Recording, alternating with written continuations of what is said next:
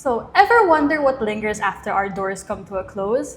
Welcome to the Monarch After Hours, where we take flight into the mind of the monarch. My name is Hannah, and I am with Sir Alan Ancheta and Miss Jasmine Ancheta, and we welcome you to the first episode of Monarch After Hours.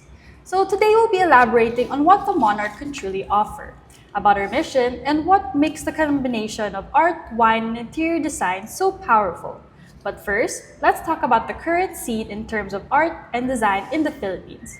So, hello, Miss Jasmine Ancheta and Sir Alan. Hello. So, I would like to ask you, what types of art are popular this year, or what have you observed? Yeah, so this year there seems to be a trend of going back to smaller art pieces, basically. So in the past, we would see collectors really looking at larger art pieces, but I think because of the condition of more collectors now staying in smaller areas like condominiums, they're looking at smaller pieces.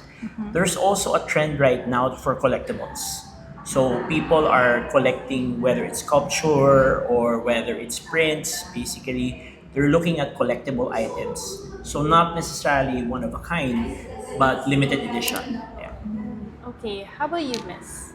In terms of art and interiors, it really, for me, it's something that really depends on the client or the person using the space. So it's very personal. It's not just like a single trend. For me, art should speak to you. So it should be something that you can relate to.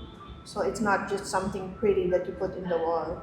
It should be something that really talks about either your experience or you can relate to the artist or what the artist trying to portray. So, Sir and Miss, given that we are advancing in the age of technology, do you think that art can still break through into this digital age that we have? Yeah, so actually about a few years ago, NFTs were quite popular. Right. So they wanted to break into the art scene. But now, we just came from Art Basel and we saw again technology coming into play. So there are a lot of multimedia displays.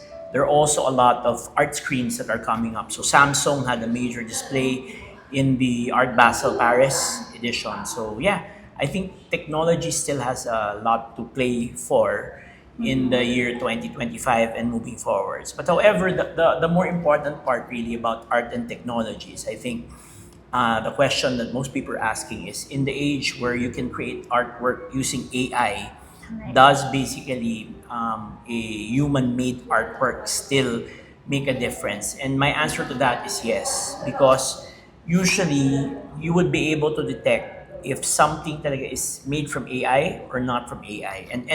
And what would be the typical thing basically that would make you detect that? One thing that you would notice is the colors, basically. So colors that are coming from AI based artwork are usually very consistent. So it has a consistent color palette. You don't see too much combination of really warm and cool colors. Basically, it's pleasing to the eye. But if you take a look at it, it's not really challenging or it's not very experimental. But again, let's see. With all the developments in artificial intelligence and technology, we may be seeing also a trend where that color is something that might also be duplicated by AI. But for now, it's not. Oh, okay. How about you, Miss? Given that interiors is very like manually crafted, is there a way that AI can potentially do the jobs of interiors, let's say? Well, that's actually AI can help, but I don't think it can replace an interior designer. There's a lot of things that is involved going into interior design. It's not just about how it looks. So it's a lot of it is really the execution. So while AI can probably do a mood board or let's say do a certain look that you want for the space, but going into the details, the actual measurements, making sure it fits, making sure you get the right proportion, and also going to all the other intricate factors that go into a single space. You really need someone, on the job. Right. So, in correlation to space, this leads to my next question. Why? Why do we incorporate art into our daily lives or our space, rather? Yeah. So art when you look at art, it's not about duplication. It's about expression Right. basically. So again, that's a very important thing that starting collector or someone that's not familiar with art should be looking at. So even a photograph that's artistic is not a capturing of reality. It's an expression of reality. You use shadows, you use colors, you use light in order to express a mood or emotion. So it's very important for us to have that because, again, we're moving towards an age where people really are more familiar on the surface level, basically about images and looks, but they're not familiar about the emotion it evokes. So for me, true art is still very relevant because it's always about expression. So that's my answer.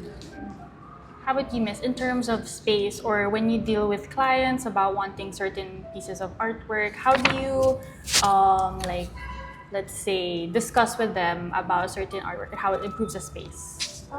It usually involves the personality of the client, what they want. So, like one of the latest posts that we made in Instagram was a client who we've done a lot of commission works for, and some aren't commissioned as well. For those that aren't commissioned, things that you see, things that you know that would relate or some that they would connect with. It is very important because again, when you look at it, when you go into space, it's not just okay. I have something beautiful. I have something pretty on the wall. It's something that like that particular piece, the one by life. Oh, I'm a diver, and this reminds me of all the things that I do when I dive. For that particular piece, it was Anilao, and he dives in different areas, not just in the Philippines, but also, let's say, in Bali and other dive spots, and that is something that's meaningful for him. So for me, for every artwork that you put in your space, uh, it shouldn't just be because it's a named artist. Of course, that may be important to you. That's only one factor.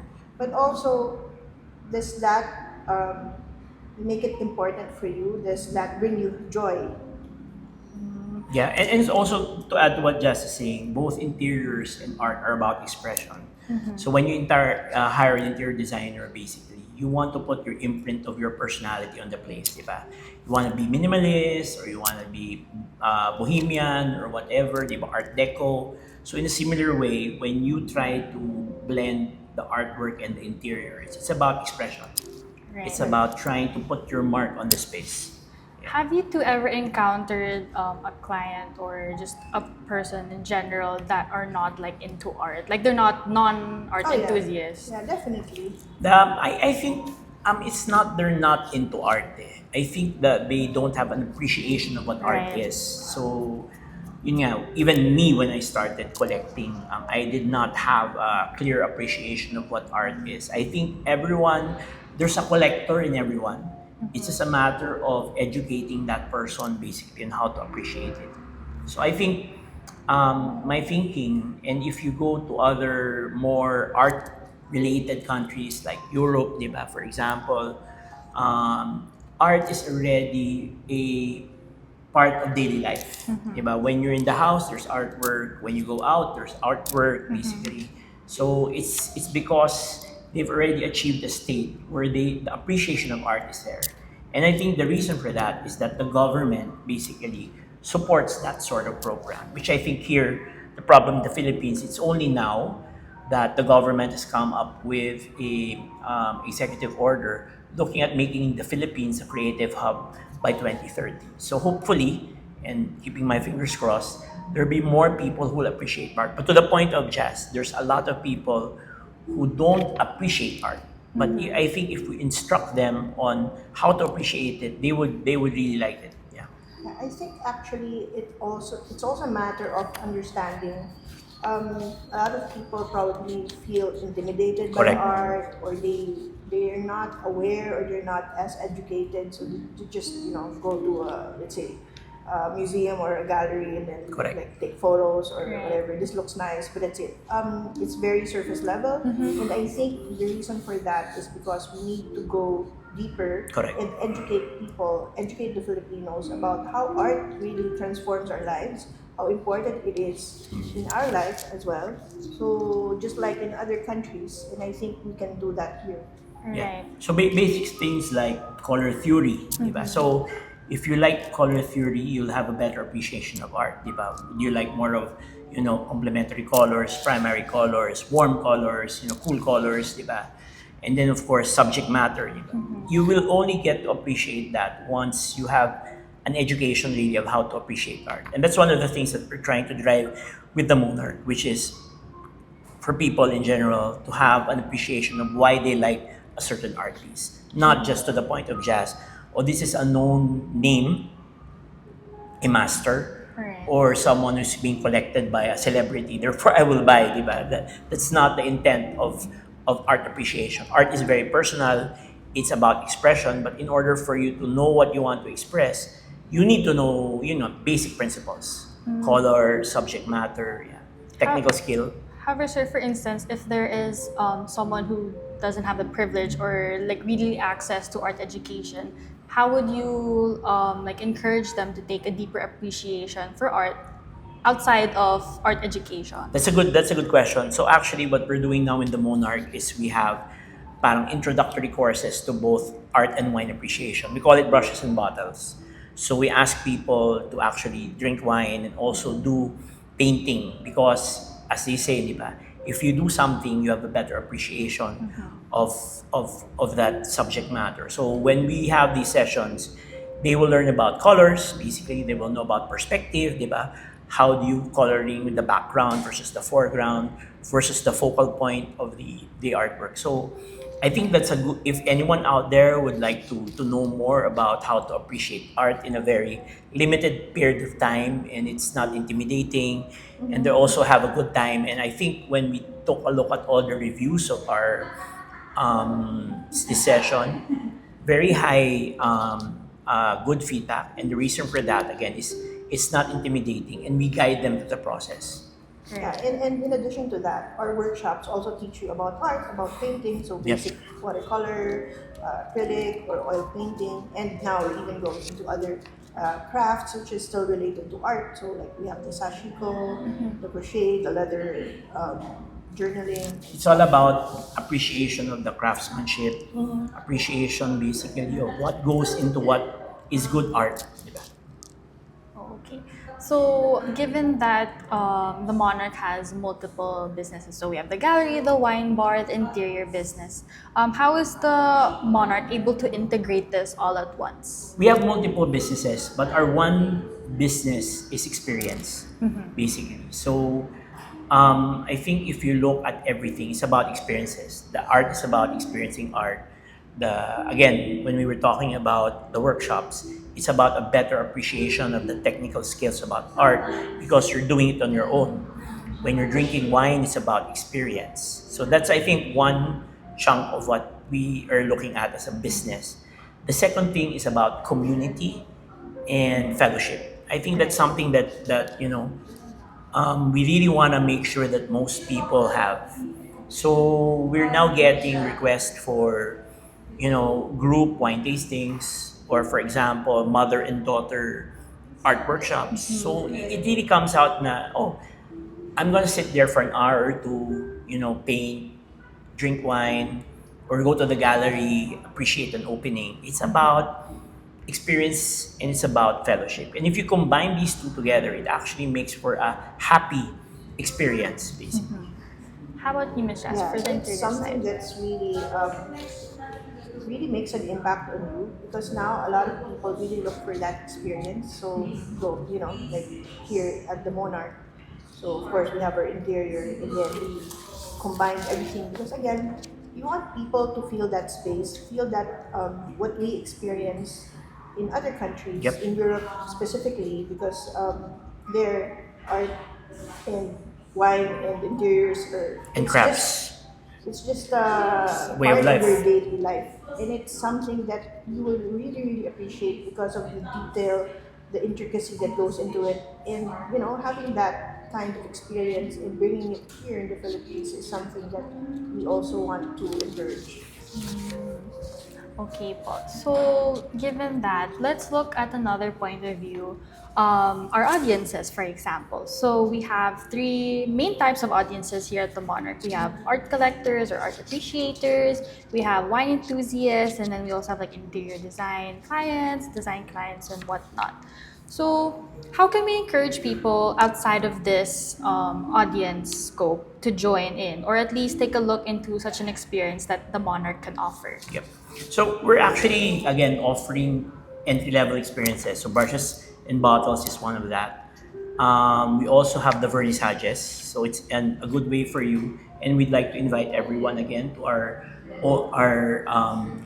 upcoming exhibits. Basically, it enables people to see art and get a better appreciation of that.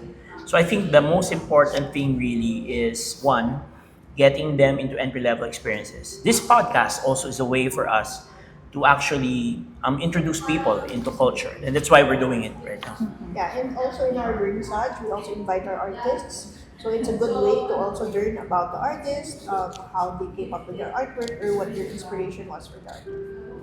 Yep.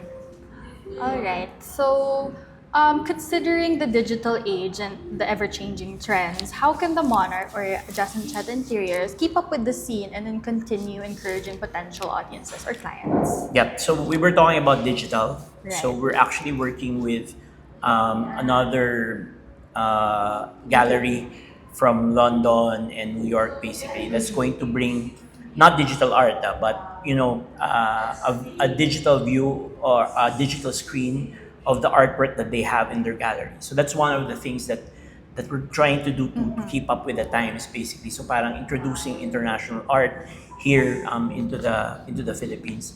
The other thing that we're thinking about doing basically is really coming up with more experiential workshops.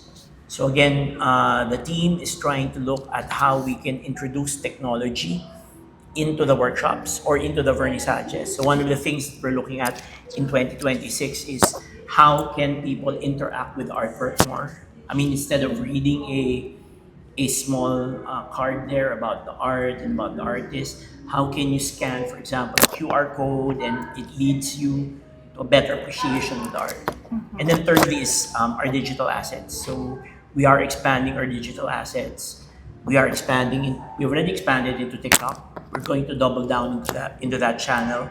We're now going to podcasts basically, and then probably YouTube with these episodes. So we are trying to expand our reach using digital channels. Well, what he said. That's basically, you got everything there. So. Okay, so And we'd like to invite, we have a lot of interns actually helping us out. Right. And if you would like to volunteer as an intern or you'd like to have an experience, I'd like to invite, creatives basically, or people who are looking at executing projects or project implementation to visit at the Monarch. We will welcome you basically as an intern. Yeah. Okay. So I was just gonna ask if you can say an ending meant for our first podcast as we are coming to a close now. So if you have anything else you'd like to say, you may say so now. Yep. Ako ang ending ko lang is, it's 2025, end of 2025. 2026 is just around the corner. And as stated, basically, is by 2030, Philippines should be a creative hub. So I think it's important really for our audience basically to stay tuned to us because we will be giving you a lot of information about art, about interiors, and about wine.